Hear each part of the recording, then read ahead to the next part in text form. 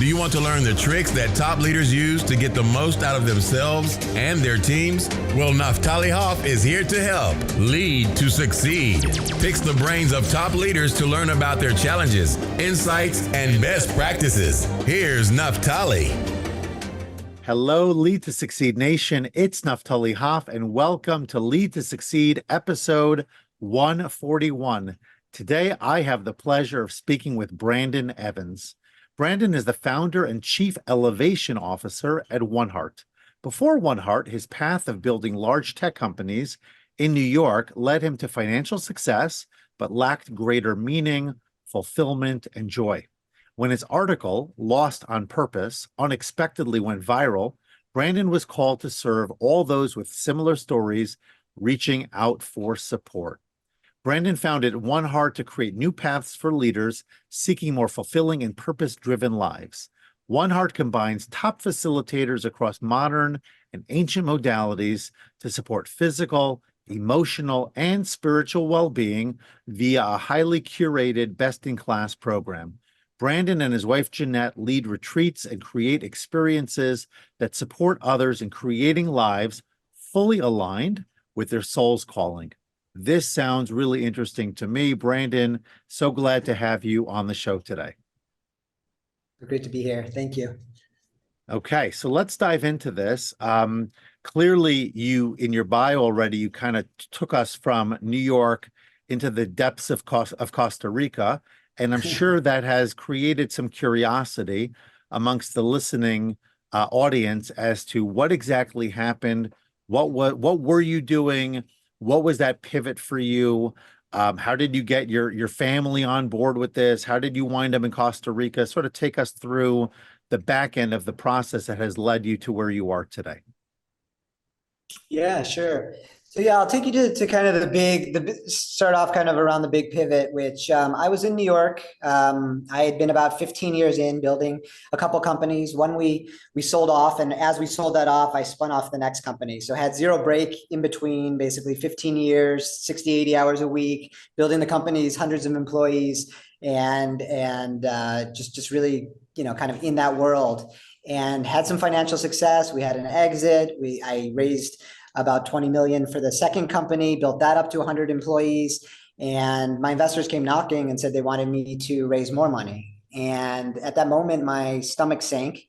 And that was my first real deep inkling that something that I was on a different path, or was craving a different path. And from there, I just really started looking inward more and just realizing that I wasn't fulfilled. I wasn't feeling a lot of the joy. I had checked a lot of the boxes that I was told would bring me fulfillment, or that I was trying to achieve throughout my life. So building successful companies, financial success. I was married at the time, living in a nice condo in New York. And so I had all these boxes checked, and I didn't know what was missing. I didn't know what I didn't know.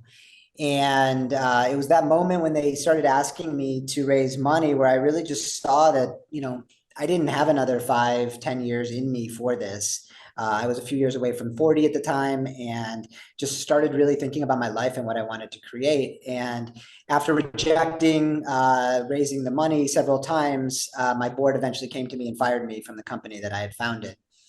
And for me, that was, in many ways the best thing that could happen, even though at that time it was really the most failure I'd ever really experienced. I hadn't been fired before. I hadn't really had a failure of something that I invested so much time into. And so, that just set me free, though. It allowed me to just really start to rethink what is it that I wanted to create.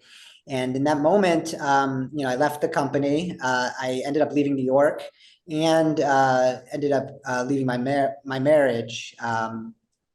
And so I kind of was in this place where could just really kind of create from anew. And around that time, I was introduced to plant medicine, in particular ayahuasca.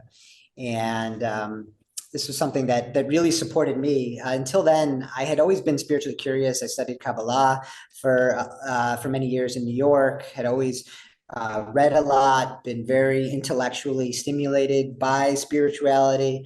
However, I hadn't really felt what it felt like, to drop into my heart, to really trust my intuition, to really follow something deeper and greater than my mind, which was, creating stories every which way. And so, in that moment, it really allowed me to begin to shift. I ended up doing a bunch of travels. I had about a 2-year, I would say, journey where I was involved in a lot of personal growth programs, a lot of different modalities, coaching certifications, a lot of different work that I did on myself, and to be of service to others. And through that time, yeah, I really just started noticing a lot of shifts in myself. I really became, in many ways, very different as a person than how people knew me. People knew me as New York, fast talking, fast walking, fast everything Brandon. And I got to this point where I really didn't even know how to describe who I was and what I was becoming, and even to my family. And so I decided to write this article, which I titled Lost on Purpose. And I wrote the article about my journey from this really successful startup founder to where I was now, which was in a state of being lost, but not necessarily in the negative context that we associate it with, but being lost in that you really need to be lost to be seeking or to be finding anything new on your path, and just to be open to all that was coming through. And so I wrote this article. I ended up posting it on my 40th birthday, and it went viral. I had tens of thousands of people reading it. In particular, I had a lot of people commenting and sending me messages that had similar stories. And by that, I mean, they were high performers. They had checked the boxes, they had done the things, and they weren't feeling it. They didn't know where to look next. They didn't know how to bring joy and fulfillment into their lives, and where they would even go to find that. And that became the inspiration for One Heart and the company that I now lead, which is focused on helping other leaders, helping others that are really seeking that deeper fulfillment, that deeper joy, to find that, and kind of taking my years of experience and my own journey and packing that into an 8-week program. We do 1 week in Costa Rica and 2 weeks before and 5 weeks after, and really allow people to have some pretty massive shifts during that period, and go pretty deep into themselves and explore. Wow. Well, there's a lot of certainly to unpack in what you just shared. And I, speaking as a pretty fast walking and possibly fast talking New Yorker as well, having grown up on the small island called Manhattan, I can relate to that lifestyle. It's also interesting to me that you talked about being about 40 years old and being fired for the first time and trying to figure out where that would take you.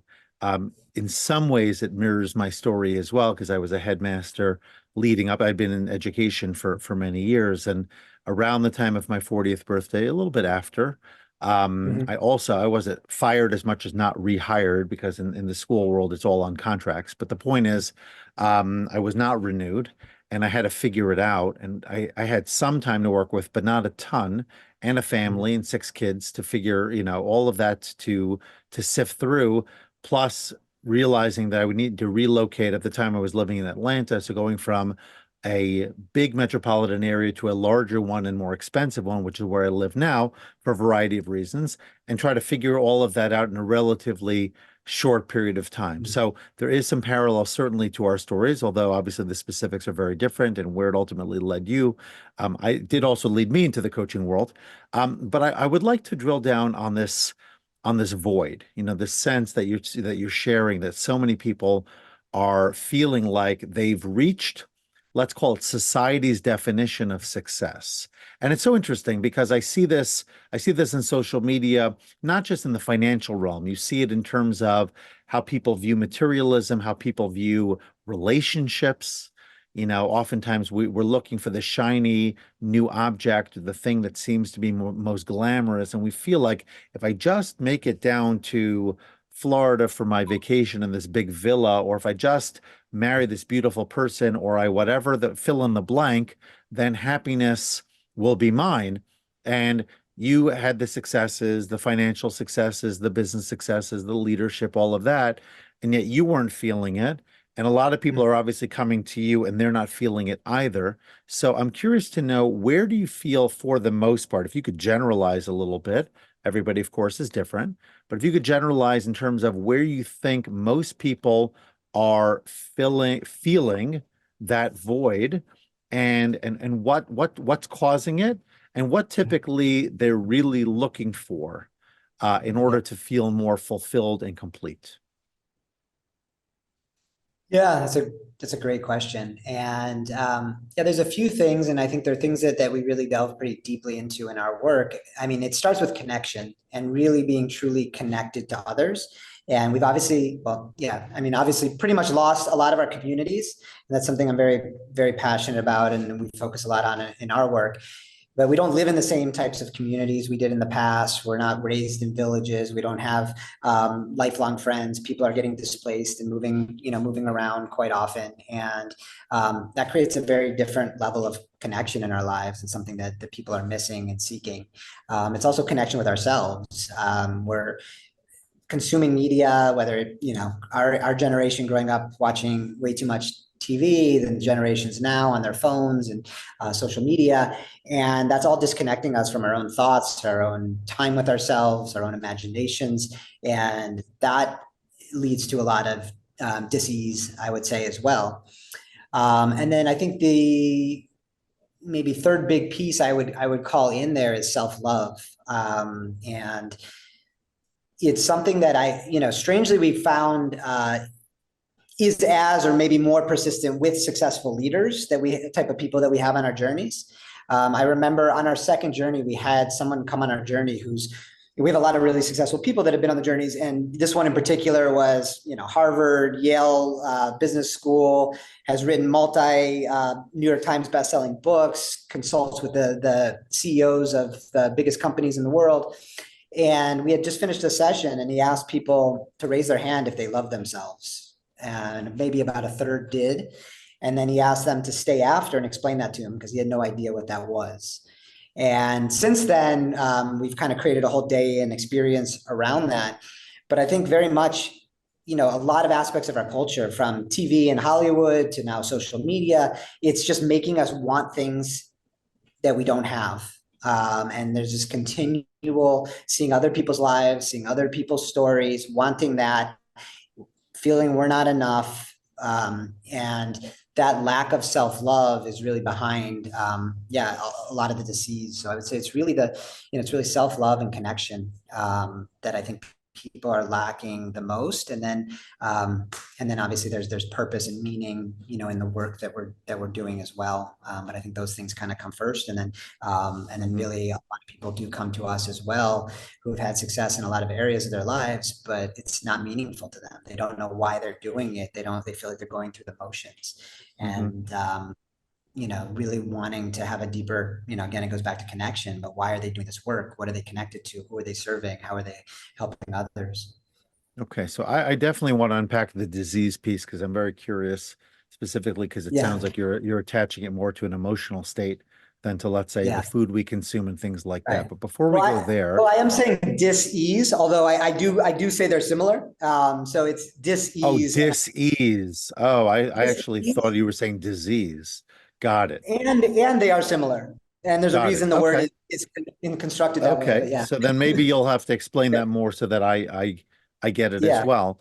But before we do, I'm just curious to know, why do you think, you talked about self-love, you talked about people not feeling, I guess the way I'm interpreting it is that our society has created expectations of fulfillment, of joy, all the things we aspire to as being external to ourselves. And so if I chase after various things, I get this, I get that, then I'll be happy. And of course, we know, I mean, even in Jewish tradition, the sages say, Yesh mea ratza Masayim. If he has 100, he wants 200. You have 200, you want 400. Like, there's never really an end to, let's call it, the acquisition of things, because things are external to ourselves.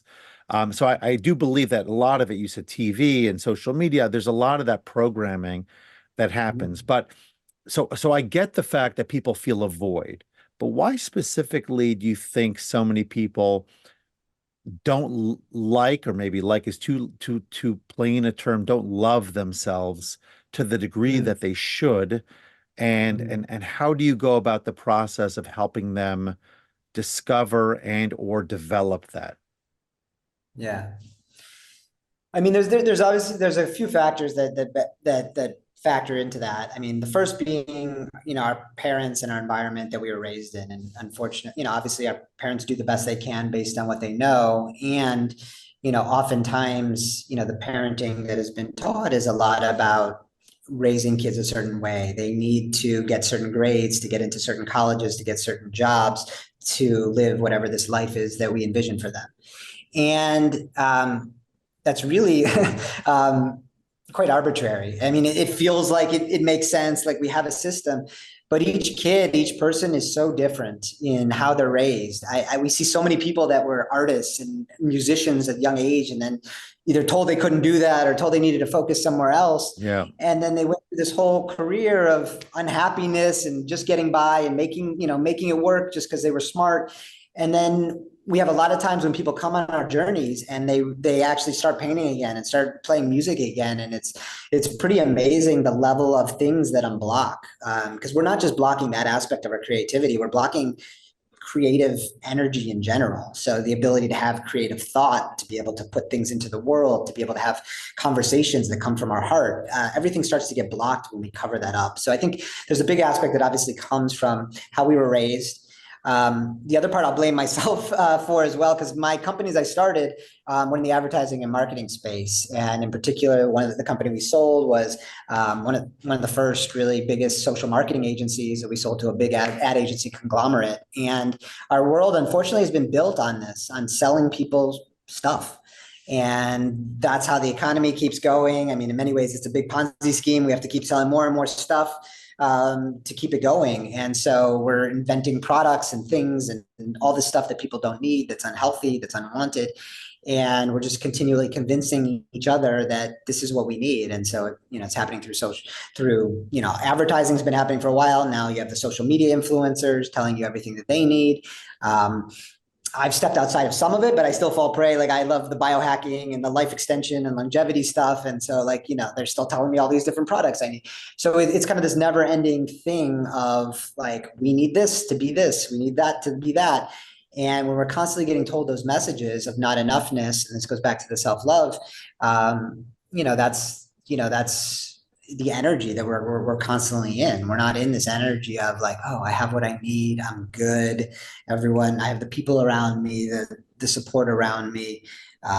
We also have a world where like jobs and there's no stability anymore. I think I heard a stat recently that 57% of people couldn't come up with $1,000 if they had an emergency in their family. 57%. Yeah, I've heard that as well. Mm-hmm. And it's just astounding to me, like that over half our country is living in a way that literally if they had a problem that cost over $1,000, they don't even have a place to go to find those funds. And so, yeah, you're going to feel like you're not enough. You're going to feel very unstable, in those circumstances. So I'm reminded of speaking of marketing, of a slogan that a chain store that was I think pretty popular in New York and a few other areas until I'd like to say 10 or so years ago. I don't think it exists anymore. It was a clothing store called Sims. You might be familiar with them. Yeah, Their tagline always was, "An educated consumer is our best customer." And so I'm thinking about sort of applying that concept to what you're describing. How do you advise people to become educated consumers? Like there are things that we do need. On the other hand, there are many, many things that are being sold to us. And, if I'm being honest with you, what my mother is a very powerful devotee, for lack of a better term, to a lot of certain types of alternative supplements and health items and things like that. And sometimes I wonder, I'm not here to analyze each item and each product and how they could or could not help. It's not our purpose. But, you get skeptical both ways. You get skeptical on the one hand about what the FDA or what society at large is throwing at you. You get skeptical even sometimes from the quote unquote alternative, gurus that are giving you a new way of people go down a lot of I guess the bottom line is we go down a lot of rabbit holes. And a lot of people wind up spending boatloads of money, tons of time, expending lots and lots of energy and emotion in places that bring them ultimately not to a better place. They're Yeah. just poorer and more frustrated. So, do you have any tips or any suggestions that you commonly utilize when talking with people about how can I differentiate the Mhm. legit from the hoax, the things that are good versus the things maybe not so good and to be avoided? Yeah, it's an interesting question. I haven't been asked that. And the way I would delineate is, I mean, one, I have a little bit of an issue with the word consumer because I feel like we get boxed in as a descriptor of us, and we're not meant to be consumers. As humans, it just we've been created as that's how we're looked at by much of the world and the leaders. Is like, okay, what can we get them to consume? So I think one, just really thinking of ourselves more regeneratively with the earth. So, we have an earth that is plentiful, has everything we need and the 8 billion people on the earth need to survive. The problem is that we're just overextending it in every way and creating lots of things that are not, necessary to purchase. So the way I would advise is like, and the way I try to think about it is just simplify, go back in time in a way and start to think about what is it that is truly needed. And I do this a lot with food. It's pretty much anything that's processed and packaged is not going to be good for us and not going to have the nutrition we need. So, if we go back in time and we're eating healthy meats and fruits and some vegetables and from the earth, that's a good way of knowing that our body's going to get what it wants. And our body doesn't overconsume. You don't have obesity from consuming natural foods. All the obesity has come from us putting unnatural chemicals, things that are literally engineered in labs. I just read another thing where I think food companies have the most scientists in the world. It was some crazy amount of like how many scientists are within food companies. And so they're literally engineering foods that are more, that we crave more, that don't fill us up. They don't have nutrients. I just saw a video on Pringles is literally 0% potatoes. There's some sort of powdered paste that it's created with. So we have all these things that are engineered in labs that we're eating. And so that's just one way of looking at it is like, what is the simplification of that? Food is food. We've always had the food we need. It exists on this earth. So if we can go back to that, we're not going to overeat fruits and vegetables and meats because it's just, it's not how it generally works. And so if we simplify that back, that allows us to be in that space. And then you can use that in other areas, of our lives as well. I know when I was in the US, getting the Amazon shipments every day was was killing me. I was just seeing like, what is it? Like, how does it that we keep needing stuff to be delivered to our door every single day when I grew up without that? Like, I mean, I didn't grow up poor, but we had what we needed, but weren't getting stuff every single day. And so just rethinking that and rethinking how we use Amazon, how we use Uber Eats, how we use social media, because we're over consuming media and just maybe we can take breaks from some of those things. Maybe we can put guidelines and restrictions in because that's going to influence us. When those things are available, it's really convenience that causes a lot of the issues in our world. So interesting that we're having this conversation on a Friday, and so anyone who keeps the Shabbat or an iteration of that, depending on one's religion and whatnot, understands the power of shutting down, understands the idea that for a 24, really a 25-hour period of time, no technology, no creative work, and so you're kind of left with your spirituality, you're left with your family, your community, basically anyone you could reach by foot. That's about as far as it extends, and it brings you back to a place where, my version of the Shabbat looks different, certainly, than it did for my forefathers 3,000 years ago in a variety of ways, but the core is the same.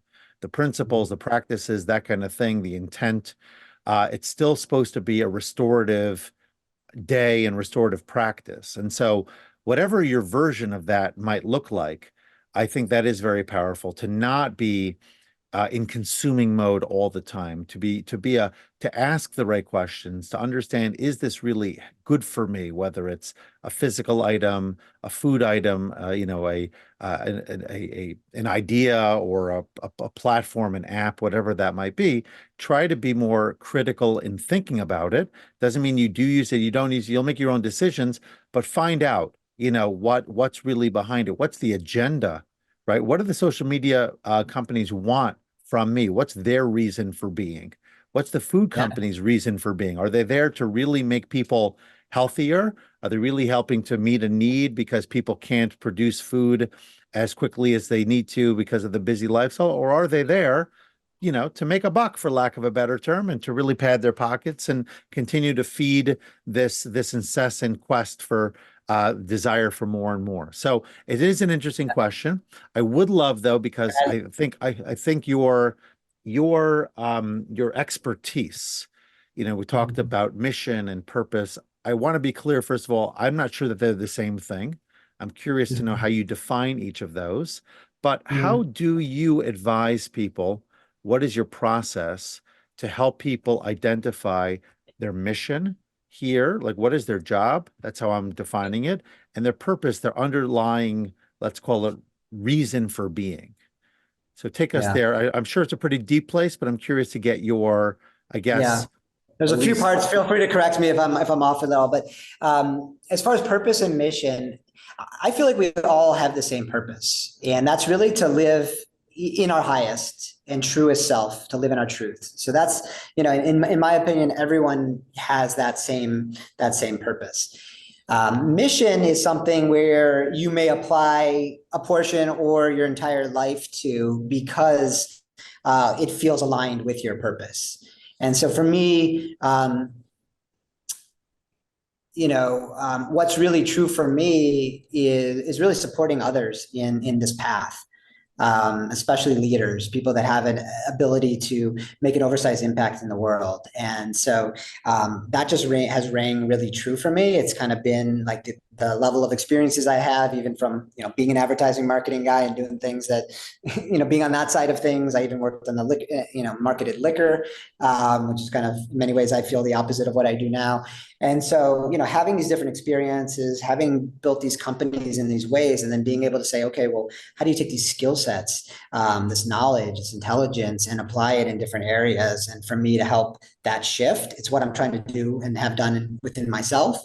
And then I'm bringing that shift forward to others, really just by my own experience. And I'm always learning. I'm always making mistakes, my own mistakes, my own learnings. And it's, how do I take that and bring that back, to my work? And so, our purpose is to elevate leaders so that what they create in the world creates positive impact. And that's how I would share that. And what was the other main piece? Those were the two: mission and purpose. Yeah. Okay. So I'm actually want to drill down a little bit, because I love to be able to concretize things. Maybe in the realm of purpose, it almost feels like, well, how do you quantify it excessively? And I get that.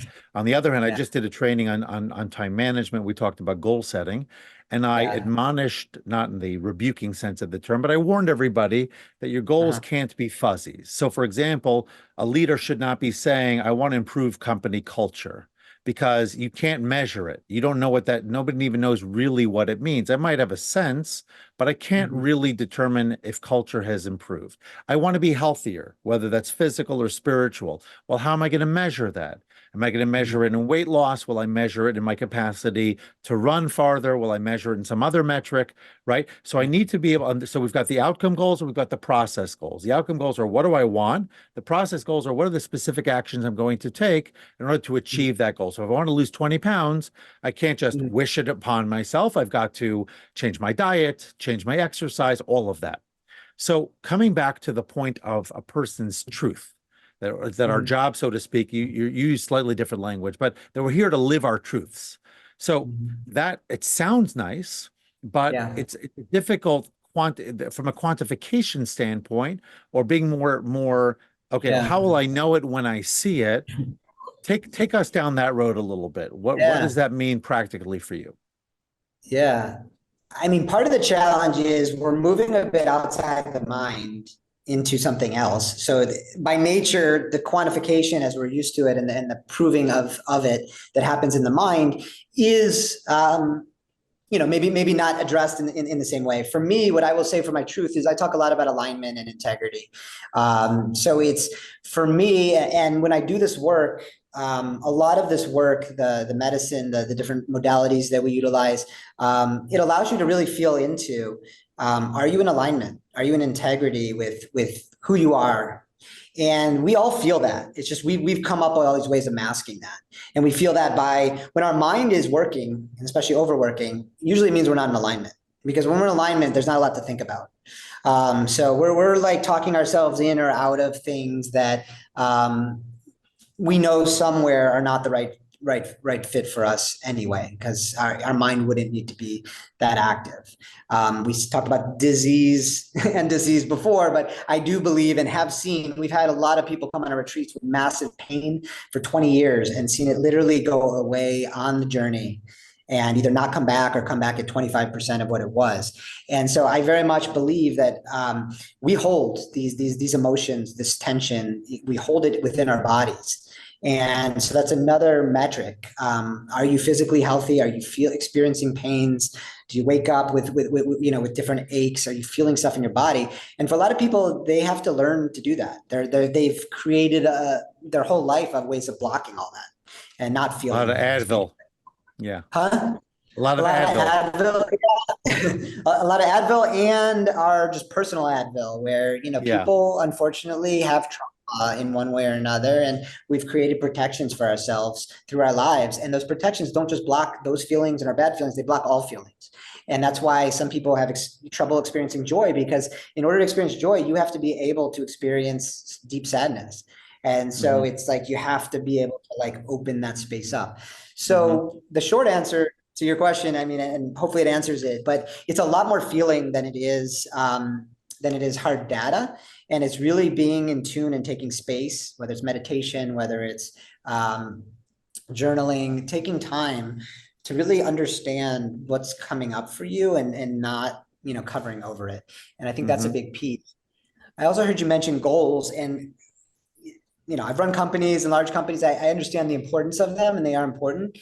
And one of the things we really focus on, because we have a lot of, I call myself a recovering type A. We have a lot of type A people that come on journeys. And how I describe type A often is like, we're setting goal after goal after goal. We hit the goal. We don't even acknowledge the goal. We go on to the next goal. Yep.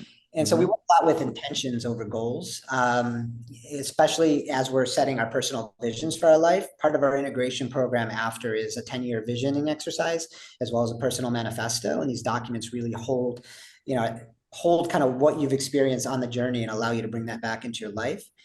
And the thing is with the 10-year vision, it's a lot about setting intentions. So these are more around like using all 5 senses and feeling into the life that you want to create. So what does that feel like?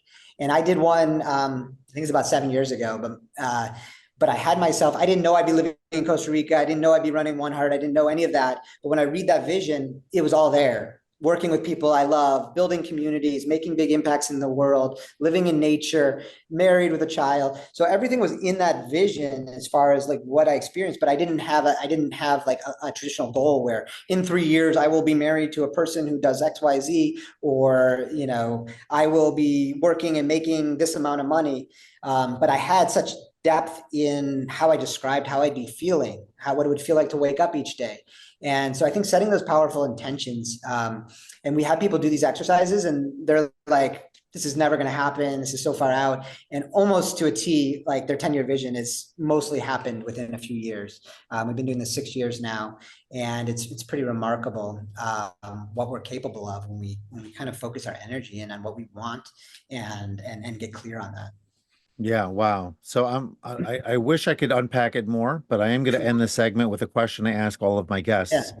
And it's a pretty powerful question, but one that we have to think about again and again. And each guest is asked for the biggest mistake that they have made that has set them up for future success. And I know you've shared, I don't know if you'd call it a mistake per se, you shared certainly a life-changing moment. But please do share with us something that you feel that as a result of that error, however you define it, you're now in a better place. Wow, that's a powerful question. um,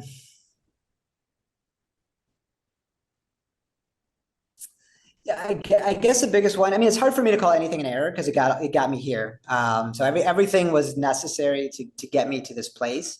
Um, I will say that we have people come on our journey sometimes. They're like 25 years old and they're just already awoken and experiencing this. And I'm like, damn, I wish I was like 25 years old instead of going to the bars every night, in New York and working 60, 80 hours a week and just living that. Like, what if I had those 20 years? I mean, what could I have, or 10, 15 years, like what could I have done with that? And so I often think of that as a big, mistake. And that's what's taught me to do the exact work that I'm doing. But when I look back, I look at my high school, my college, my post-college, I mean, it just the way I was spending my time was just so unfulfilling. I didn't realize it at the time, but it so much revolved around getting drunk, going out, working hard, things that really brought me little to no joy. They didn't necessarily bring me the depth of friendships I wanted, the depth of romantic relationships I wanted. I managed towards the end of that to really start to get deeper into the spiritual aspects, but it was still, again, more surface level.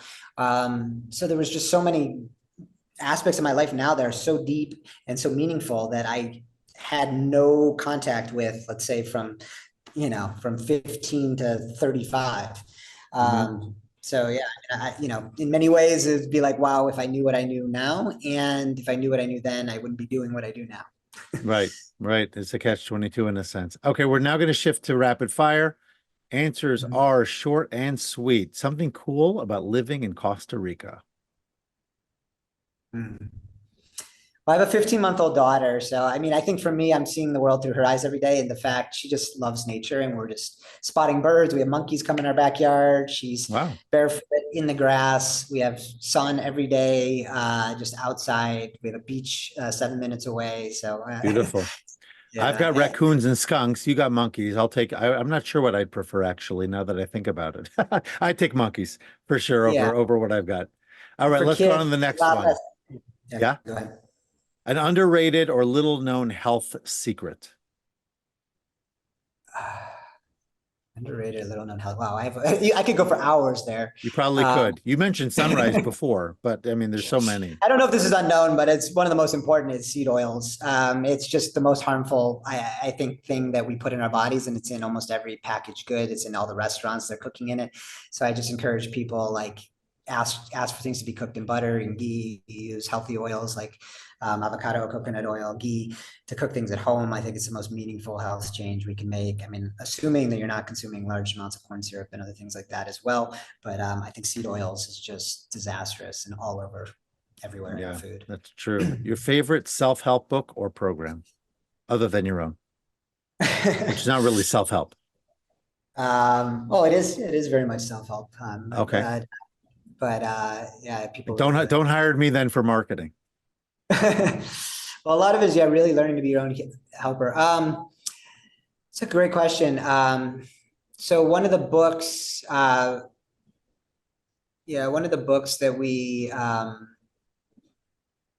we share with our guests is The Way of Integrity by Martha Beck. I really love that book. It really teaches a lot about how to be in integrity with ourselves and our lives. So I think that's very powerful.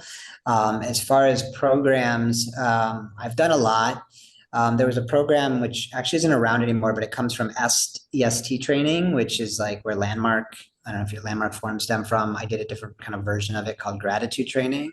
And I went through the whole program and coached in it. And it's led to some of the, perspectives that I brought to One Heart, and just found it really powerful. It's really good at just showing us our shit, showing us all the things in our lives that are triggering us and allowing us to work through those triggers. And I feel very fortunate to have done that. I was doing it around the time when I was exploring with ayahuasca and some of my other journeys. And so it gave me like the perfect integration because I was able to just really be deep into the triggers and the integration of that while kind of learning and growing. And podcast other than this one that everybody should listen to.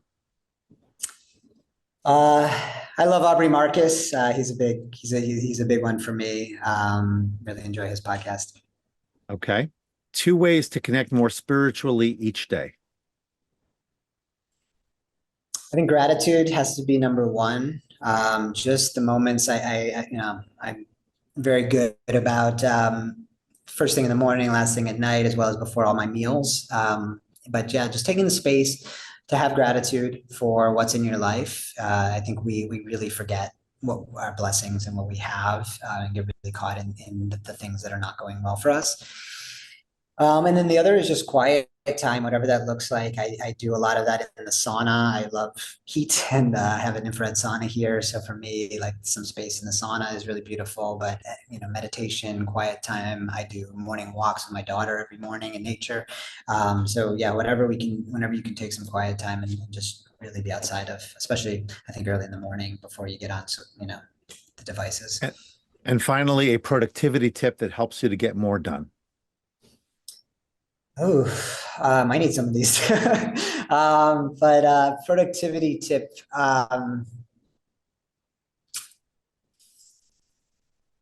think for me, it's having a great team. I'm fortunate. I've always been able to hire quite well, and I have really amazing people around me that do the things that I'm not as good at. And so if you have the luxury of having staff or a virtual assistant or someone that can do things, there's just things that each of us is not equipped to, or is much more challenging for us than it would be for others. So important. Okay, so how can everyone reach out to you, find you, Brandon, learn more about your work and benefit from the great work that you're doing? Yeah, thank you. Yeah, so our work is, oneheart.com is our website. It's the number one, and then heart.com. You can find us there. On Instagram, it's One Heart Journeys, and I'm Brandon E, or Brand One, on Instagram, and you can find us in all of those ways. Love to hear from you. I think there's, get an idea if One Heart feels supportive for you, or you want to have conversations. I interview everyone personally that goes on all of our journeys. And so if you apply on the website, I'll be most likely speaking with you, and we can have a conversation and dive deep. Awesome. Awesome. Okay. So leave us, please, before you go, with one final life lesson. Final life lesson. Everything really is on the other side of fear. We're so blocked with the fears and the limiting beliefs. And I've just seen it. The work we do is really very much about facing those. And they're never they're never as bad as they are living with them over years. And when we face them and we move through them, what opens up is miraculous. And some of the thing I love most about our work is it happens in real time, and we can see it happening. I think for others, it may be more spaced in the work we're doing, so it's harder to feel. But it's just, that is really the magic. Awesome. Well, I really enjoyed this conversation. I've learned a lot.